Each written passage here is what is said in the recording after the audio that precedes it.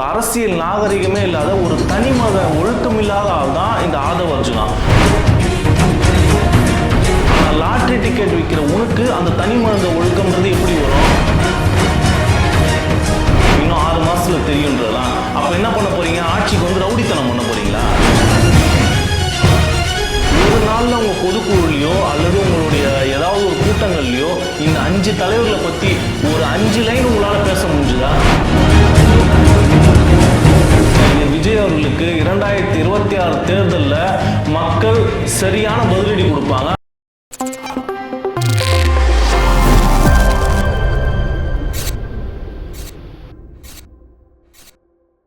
வாங்க பேசலாம் நேயர்கள் அனைவருக்கும் வணக்கம்.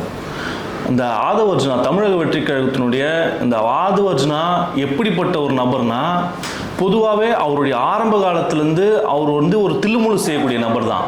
அவர் பொது வெளியில் பேசின அத்தனையும் பாருங்க, எந்த அளவிற்கு ஒரு வன்மத்தை கக்கக்கூடிய ஒரு அரசியல் நாகரிகமே இல்லாத ஒரு தனிமத ஒழுக்கம் இல்லாத ஆள் தான் இந்த ஆதவ அர்ஜுனா. அவர் தான் இந்த விமர்சிக்கணும்.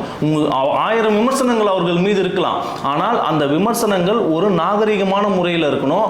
அந்த தனி மனித ஒழுக்கம்னு ஒன்று இருக்கு, அதான் தமிழருடைய பண்பாடு. ஆனால் லாட்ரி டிக்கெட் விற்கிற உனக்கு அந்த தனி மனித ஒழுக்கம்ன்றது எப்படி வரும்?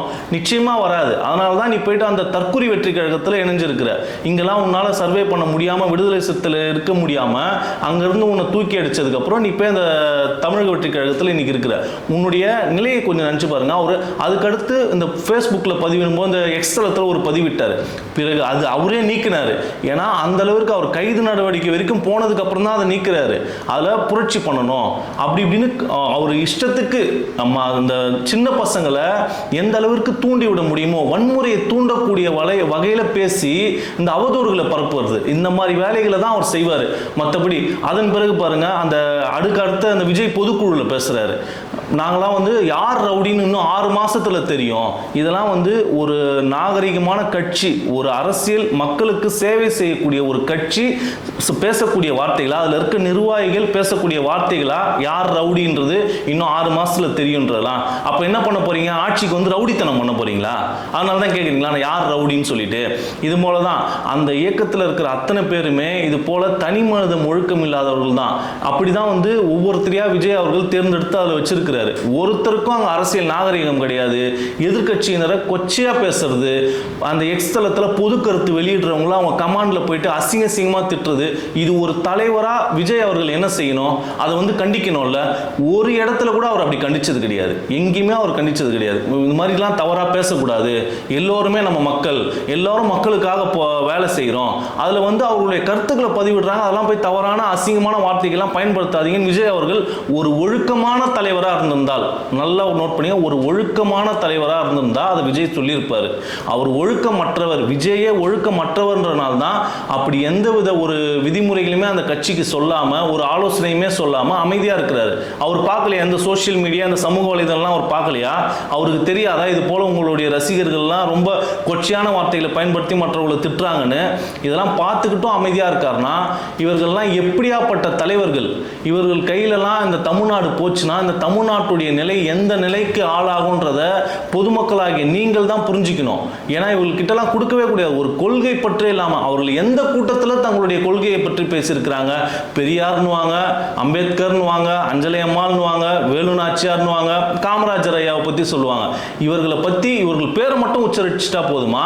இவர்கள்லாம் எந்த அளவிற்கு தந்தை பெரியார் அவர்கள் ஒரு நாளும் சுயநலத்தோடு வாழ்ந்ததே கிடையாது, பொதுநலத்தோடு தான் தன் இறுதி நாள் வரை வாழ்ந்திருக்கிறாரு.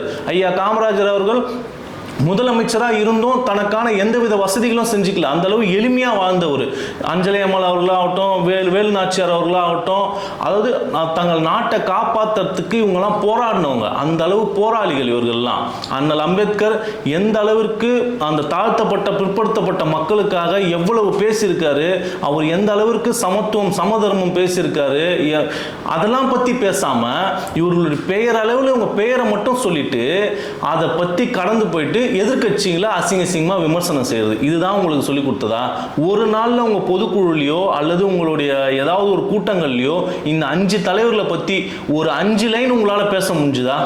ஒரே ஒரு 5 லைன், இல்லை இவர்கள்லாம் படிங்க, இவர்கள்லாம் படித்தா உங்களுக்கு அறிவு வளரும், பகுத்தறிவு வளரும், எதிர்கால தொலைநோக்கு சிந்தனையோட சிந்திப்பீங்கன்னு உங்களுடைய ரசிகர்களுக்கு சொல்ல முடிஞ்சுதா?